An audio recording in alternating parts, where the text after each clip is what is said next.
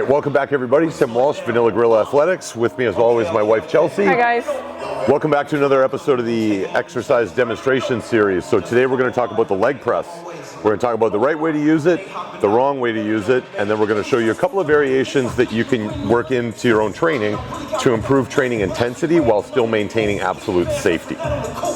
Full disclosure, and it might vary at your gym, but we're at Save On Fitness in Carleton Place, Ontario today in Circus of Contenders. It's a beautiful facility and I absolutely love this leg press, but just like some of the other equipment here, it's totally humbling because the sled on this thing is so heavy just by itself. So there's a lot of iron in this thing. Depending on where you are, whether you're at Movati or whatever gym you work out at, the sled weight will vary. So don't think that if you use 4 plates in one gym and you can only use 2 plates in another gym, like Tim always says, your muscles don't have eyes, so it doesn't matter. You have to do what feels right. Yeah. So just be aware of that. So the sled here is really, really heavy, and honestly, even just for me, I don't need any plates on it to get a pump. So that's my disclaimer.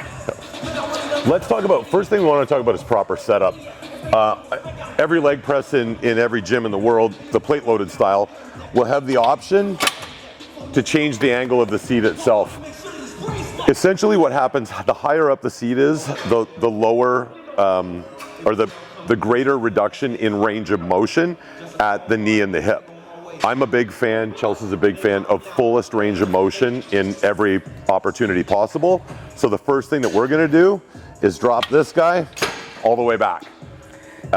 Just a note on that, I'm sure like many of you watching, you've seen a lot of times overloaded sleds and minimal range of motion. Yeah. We want the opposite of that. We want the opposite of that. All right, we both would take less plates any day with a full range of motion and a full stretch and a full contraction any time. So again, don't let your ego win in this case. Less weight is better with full range of motion as opposed to 2 or 3 inches of a leg press. Yeah, again, just a note. Yeah, don't be that guy or girl or circle. Okay. Around town, get out the park, 2 hands on the mouth like a muzzle. So first things first, when it comes to foot placement, the higher up on the sled you put your feet, the more hamstring activation and glute activation you'll get, and by virtue of that, the less prioritization on the quad. Conversely, the lower down the pad your feet are, the more you prioritize the quad and the less activation you get in the hamstrings and in the glute. Now from the angle that you're at, you might not be able to see this quite as clearly, but if this is Chelsea's left foot and this is Chelsea's right foot, the closer she brings them together, so can you bring your feet together? Closer she brings them together, the more that's going to target the outer portion, or what's commonly referred to as the sweep of the thigh. The more she widens her stance, can you widen your stance for me a little bit?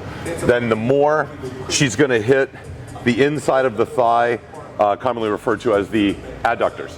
So generally speaking, what we want most of the time is kind of halfway down the pad and feet about shoulder width together. That's where you're going to get your good overall stimulus and you're not really prioritizing anything.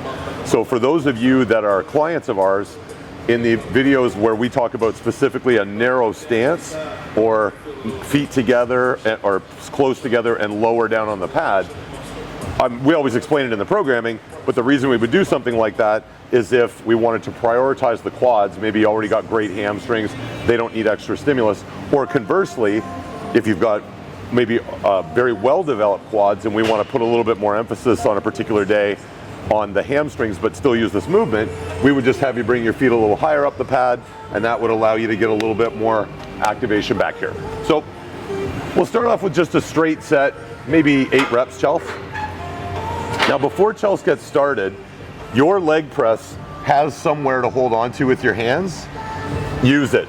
The reason that's important, when you're down in this position and you're pressing away, if you don't have a secure base so that you can brace your core and set your shoulders back and create a good sturdy foundation to press from, you're gonna leave strength on the table. You're gonna bleed out energy in weird directions and actually potentially create an unsafe position for the lower part of your spine. So reach down, grab those handles for me, Chelsea. So one thing I'll say for the shorties out there, Tim and the bigger guys probably never have issues with this. I feel like I'm a toddler in this machine anyways, because it's built for like... Probably should have started this a little lower for you. No, this is good. I'm extended right now because it's off the pegs. But all I was saying is this machine feels like it was built for Tim-sized people and Ian Valier-sized people. So when I get in this, I feel really small anyways. So if for whatever reason you're too short to grab, like I can't grab the handle up here, I have to bring my hand back to get a secure base. But a lot of times the pads will break right at this point. So if I can't reach the handles, I'll reach on the bottom of the pad, and that's how I'll secure myself. So there's always an answer. It just depends on the length of your arms and how big a body you have. So make it work. You just need a secure place to pull yourself in from. Does that make sense? Perfect. Yeah, absolutely. Okay. So after that, we want always control on the way down. And this is super important. Smooth control and then drive away. We don't want to, and don't demonstrate this, we don't want to drop the weight down and then sort of rebound and fire it back up. That's absolute murder on your knees, and it's also not great for your hips. You want to train safe and you want to train smart, and you want to train intensely. So if you want to make your thighs work hard, count slowly backward from 3 on the way down every time. Microsecond pause in the bottom and then drive away. So then you're just eliminating the gathering of momentum on the way down. We don't want to use our knees as elastic bands or springs. We want the thighs to absorb that energy and then release it under control. That's what great reps look like. Another thing I'll say about what Tim's talking about with the duration of the eccentric is that I videotape a lot of my stuff, and when I do that, it's really fascinating because I think I'll be holding something for 1 second or 2 counts or whatever, or trying to do a 3-count eccentric. And when I watch the video back, that's not the case at all. So videotaping yourself when you're working out, especially on something like Tim just said, a 3-count eccentric on the leg press, will be really fascinating because I guarantee you'll watch the video and it won't be 3 seconds at all. So it's just a reality check of the timing in your head might not align with the timing of what you're actually doing. So videotape is awesome. Amazing. So the next thing that you'll see us demonstrate will be the first variation to increase training intensity beyond just a straight set to muscular failure. Okay, so the first variation to increase intensity that we're going to show you is the cluster set.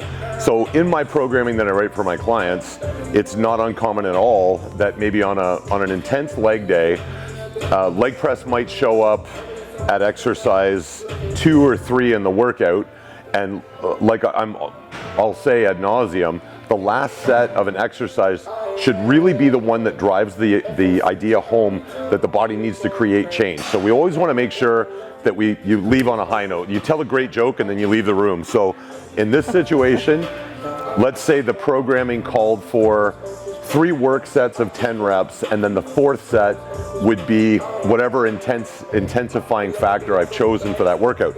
So if Chelsea was my client, she might very well see leg press 3x10 plus 1 cluster. So the cluster set means, and typically what she would do, let's say she worked up to her 3rd work set was a weight where she's getting that 10th rep and maybe has 1 left in the tank. That's perfect, and we're going to use that load for the cluster set. The way the cluster set works is you keep the same load that was your top working set. So whatever that load would be. For today's demonstration, we're going to do it with the unloaded leg press because this thing weighs about 150 pounds by itself anyway. It's a lot, I promise. So what Chelsea's going to do is when she starts the cluster set, she's going to crank out 10 and maybe an 11th rep, but this is important. She's going to leave a rep or 2 in the tank. So you don't go to complete failure. You go a rep or 2 shy of failure. And then I'm going to start the 20-second clock, and you'll see it roll in real time, but we'll speed it up. It's Hollywood magic. And then after the first 20-second break, she'll get right back in the office, start cranking out controlled reps again. She's not likely going to get 10 again this time. She'll probably get like 5 or 6. She's going to leave a rep in the tank, and then she's going to rack it. We'll do another 20-second break. After that, it's everything she's got. Now, if you were in a situation where you're training with a training partner and you did this, you could actually go to true failure and maybe have them help you force out an assisted rep so you don't get stuck in the bottom. If you're on your own, don't do that. You would go rep or 2 shy of failure, 20-second break, rep or 2 shy of failure, 20-second break, and then go till you grind out a rep and you're not confident you're gonna get the next one, and that's where you're done. Okay, so here we go. Do it.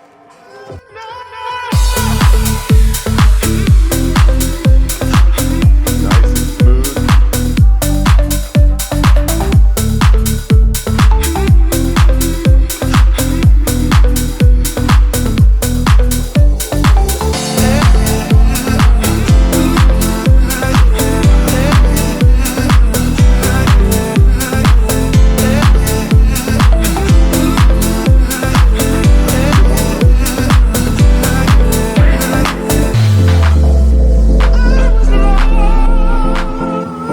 All right, here we go.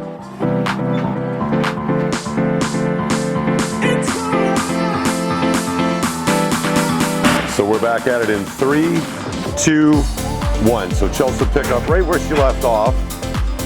Now again, we're going to be doing a little acting here. She obviously wasn't only had a rep or 2 in the tank on the beginning of this, but you get the idea. So now we're going to say that she's on the 6th rep. She's maybe got 1 in the tank. So she'll take the second break there. This is 4, 5, and then if she's really working hard to get this one, that's where she'd take the break. Here we go again.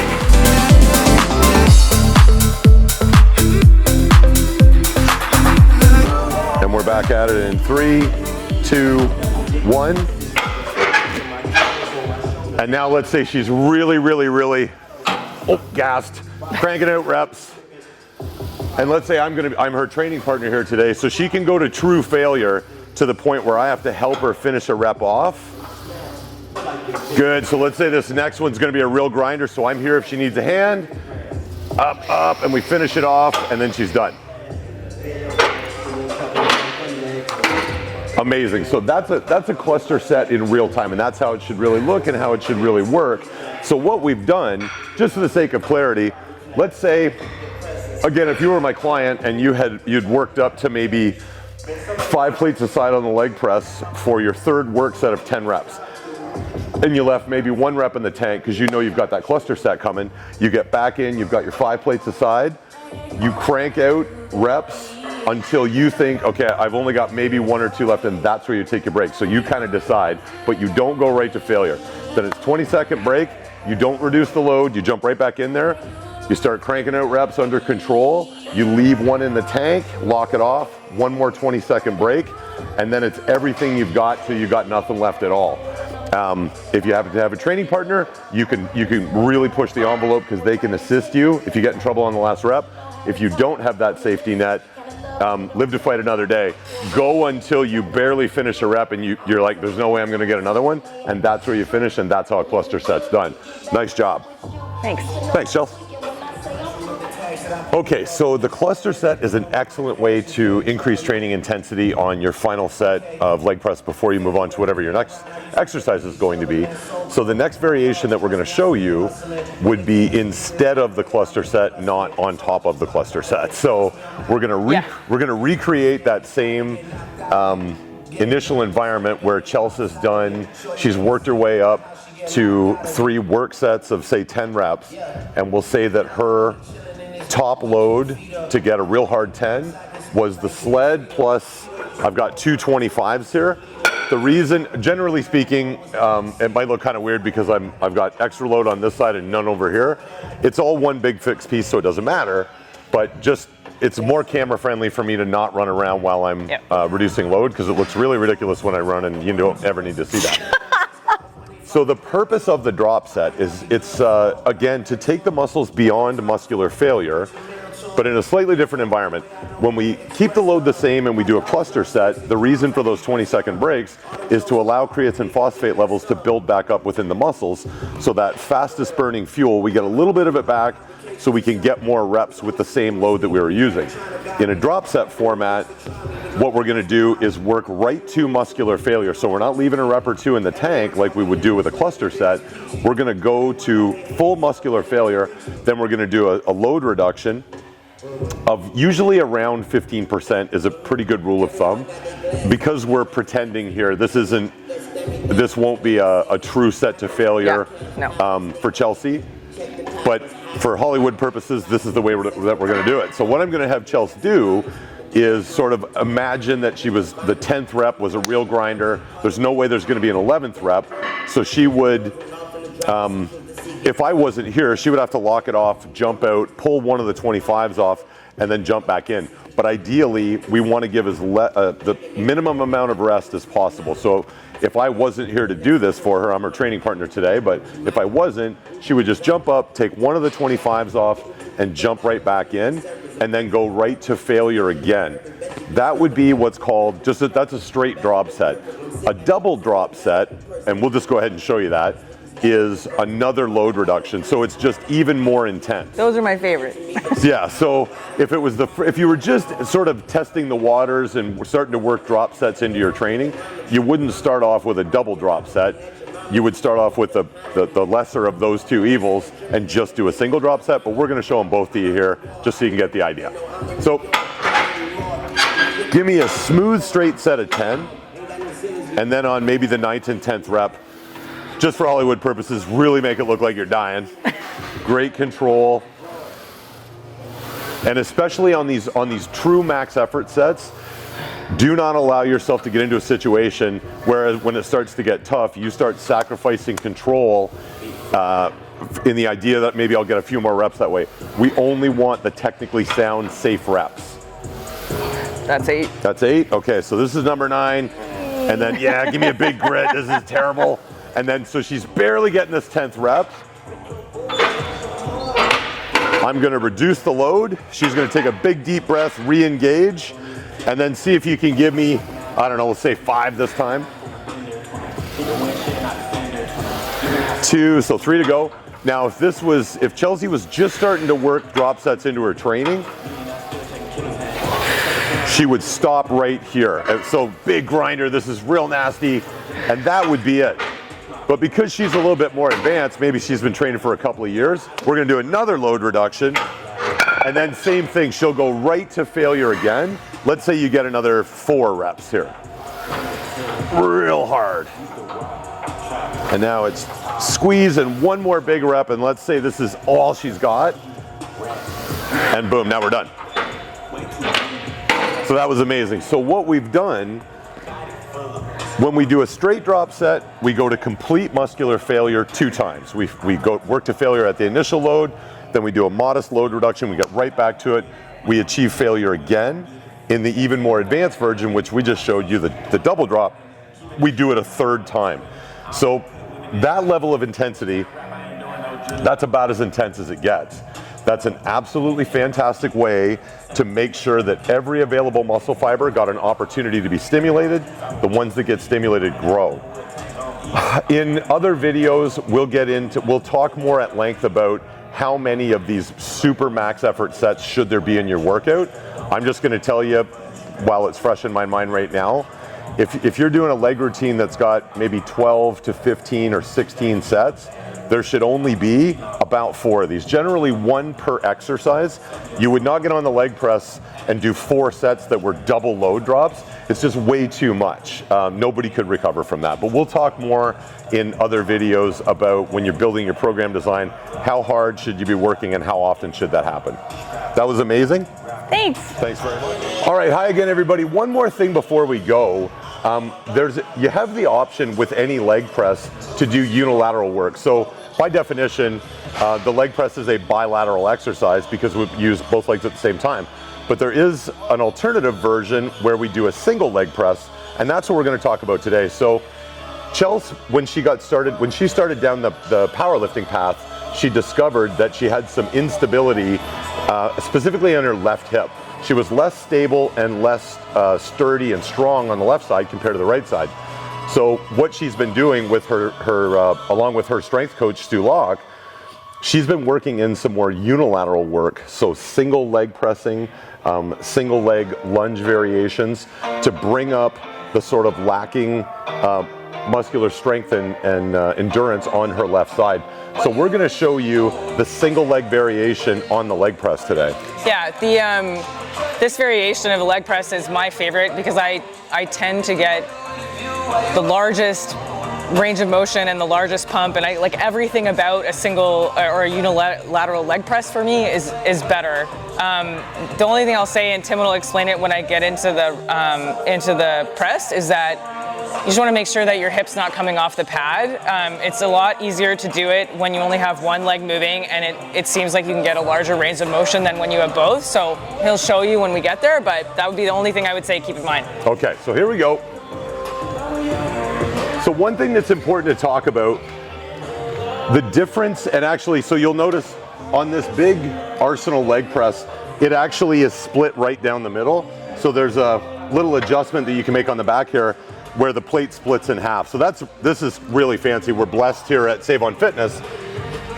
But even if the leg press that you have at your gym is just one solid plate, you can still do a single leg press variation exactly the same way. Where you put your foot matters. So generally speaking, you want to keep the ankle, the knee, and the hip in line on the leg press. So a common mistake that sometimes people make is they think, well, if I'm only using one leg, I should put it right down the middle. So if you can imagine, if I'm on the leg press and I've got my leg right in the center line, there's an odd distribution of load that isn't going to be mechanically sound for the hip, the knee, or the ankle. We don't want to be coming across the midsection like that.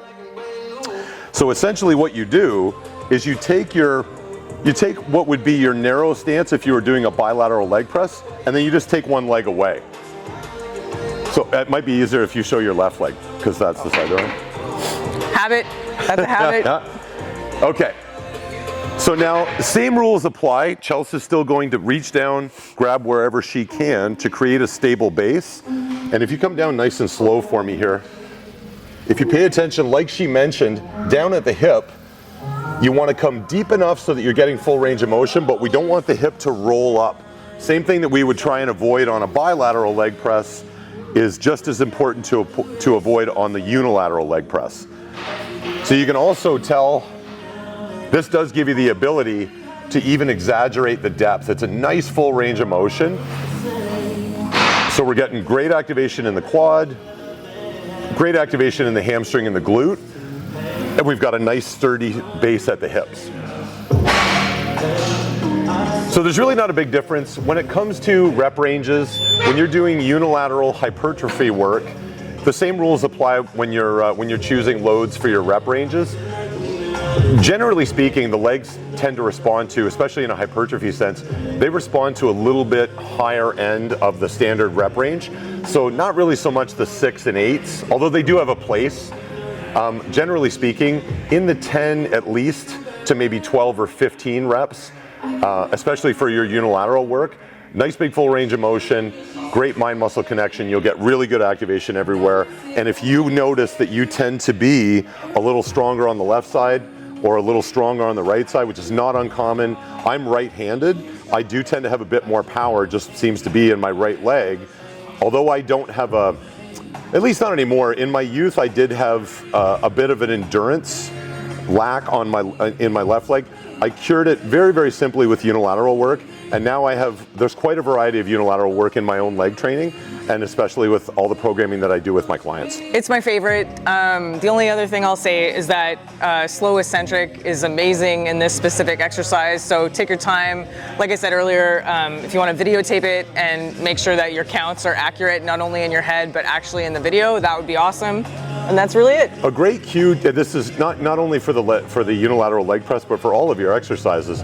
A cue that I offer to my clients very, very often is don't be fast, be perfect. Yeah. So, thanks very much for joining us again. Hit us up in the comment section below, and please smash that like button if you're enjoying these exercise demonstration videos, and we will see you next time. See you later, guys. Later.